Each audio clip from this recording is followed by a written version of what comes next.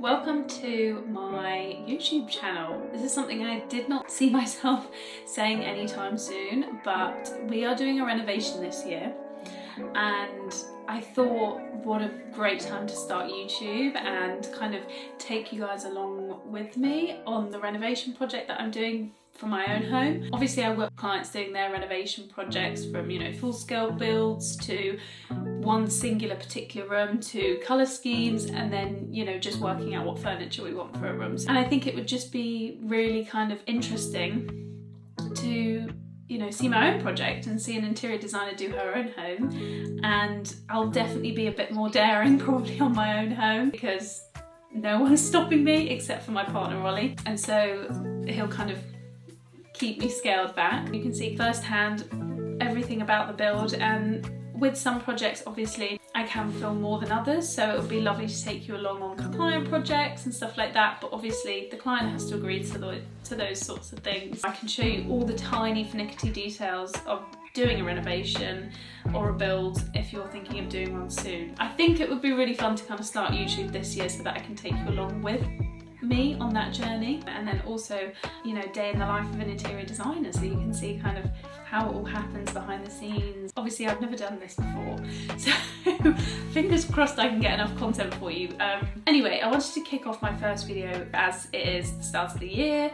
It's January 2025, and so I thought it would be fun to show you 2025 trends. There's some really exciting ones. I did a bit of a deeper dive into everything. I feel like there's not a lot of chatter around the 2025 trends this year, but I think it's because a lot of the trends have kind of carried on from, they kind of just built up over the years, and then this year is a lot of where the core trends are really taking off and hitting the high street, and we're seeing a lot more of the new things that shocked everyone in 2024. They're still here, they're just a bit more apparent and a bit more high street available and not as daunting as the other one because we've settled into it more. But I prefer trends like that because I think it's sustainable, it's timeless, you're not going to grow bored of it, fingers crossed, if it's done really, really well.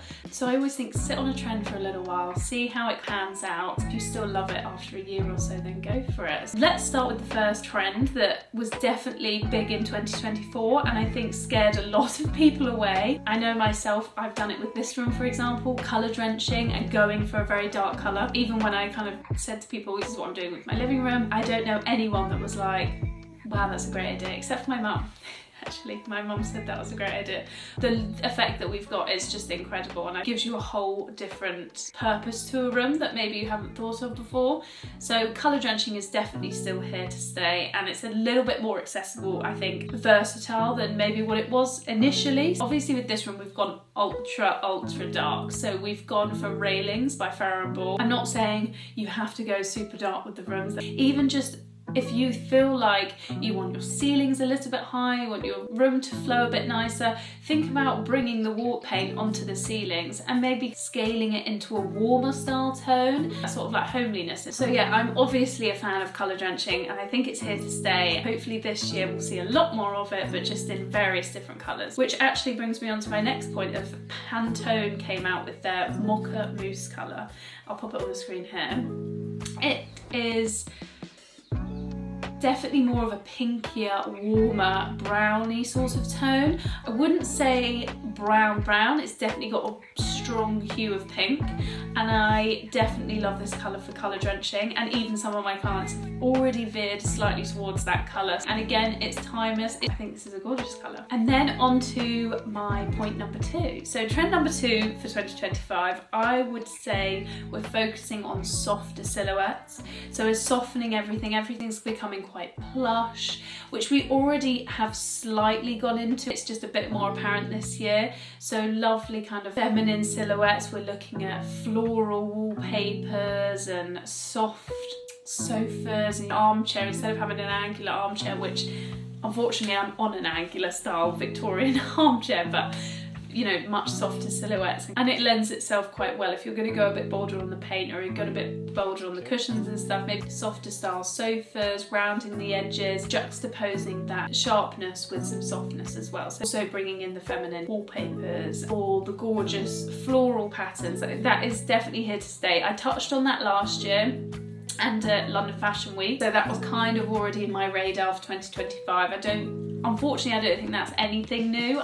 In the UK, we've definitely pushed like William Morris, for example. We're going crazy for that stuff, and we have for a while. So I think it's just ramped up to becoming a lot more mainstream now, rather than more interior design led interiors. This leads on to trend number 3, layering, but specifically colour and pattern layering. Even though we're going very bold with, let's say, patterns or colours, bringing that all into a room and keeping it very cohesive, I am not saying use a colour scheme of 3 colours and fill your room with that colour, because I really strongly advise not to do that. I would say bring in lots of different colours, lots of different elements, some reds, greens, blues, browns.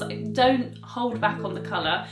I think sometimes it needs that extra bit of oomph. Even if you're going minimalist, keeping along the colour scheme and slowly adding, you know, a tiny hint here and there. It could be a plant that you pop in the room that's got some red berries on it or something like that. So still keeping the interest in the colours.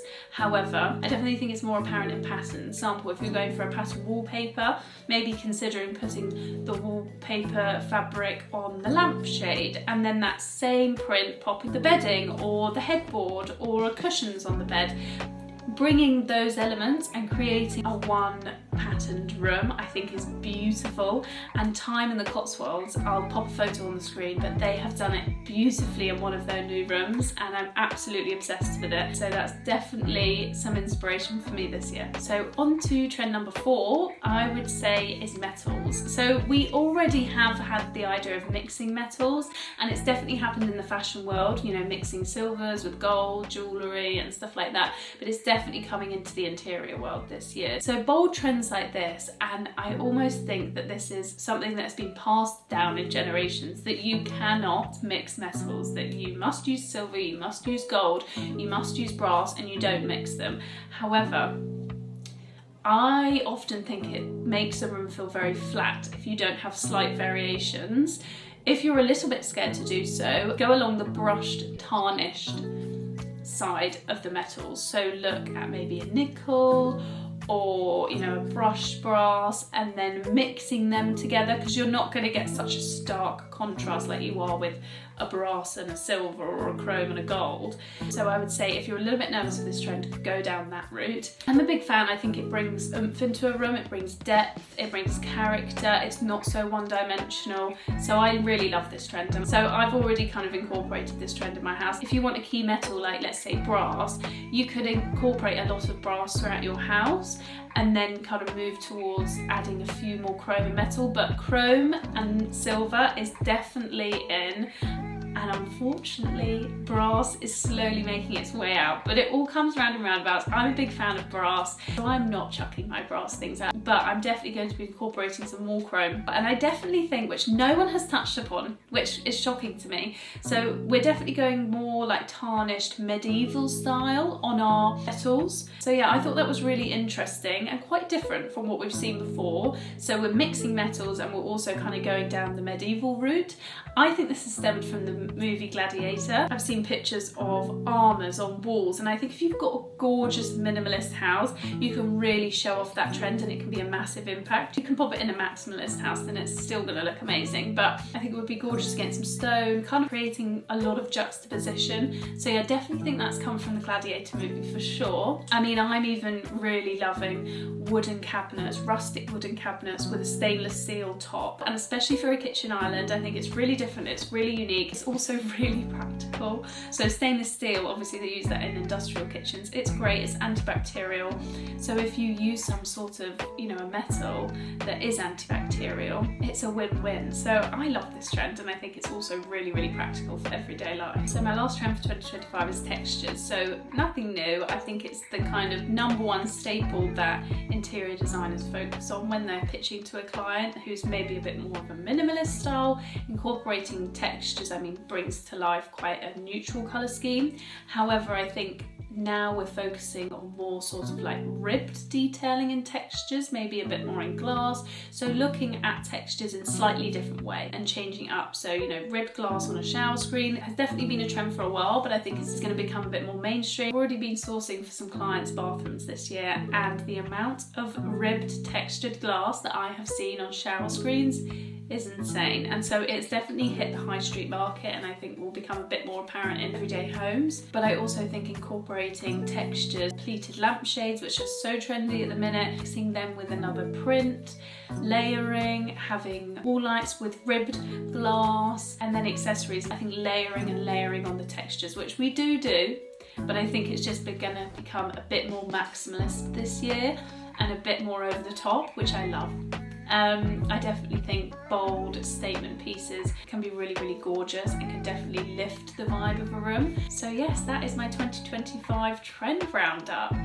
I'm definitely excited for this year. I think there's a lot of following on from previous years, but just in a little bit bolder and a little bit more timeless and a bit more accessible. So not throwing away our whole house and redoing it, we're just updating it slightly. I think a lot of these trends can be brought in a bit more budget friendly, realistic options. So if you love your room but you just want to update it, I would say change the cushions for maybe a bit more of a texture or a bolder print. Maybe look to more floral. You don't have to repaint a whole room, and you don't have to, unless you want to colour drench, then I would say you need to repaint.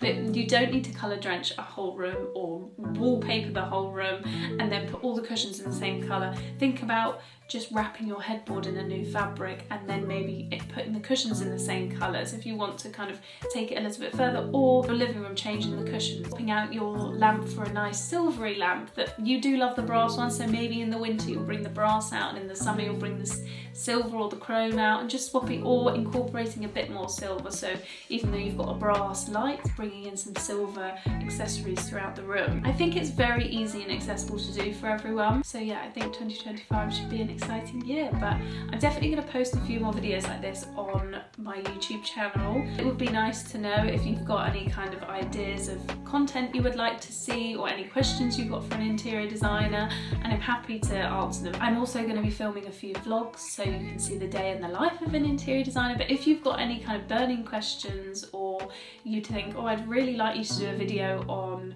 kitchens, or I'd like you to do a video on bathrooms, or I'd like you to do a video on lampshades, or whatever, then yeah, let me know and I'll definitely film that for you guys. So yeah, and I hope you all have a lovely 2025.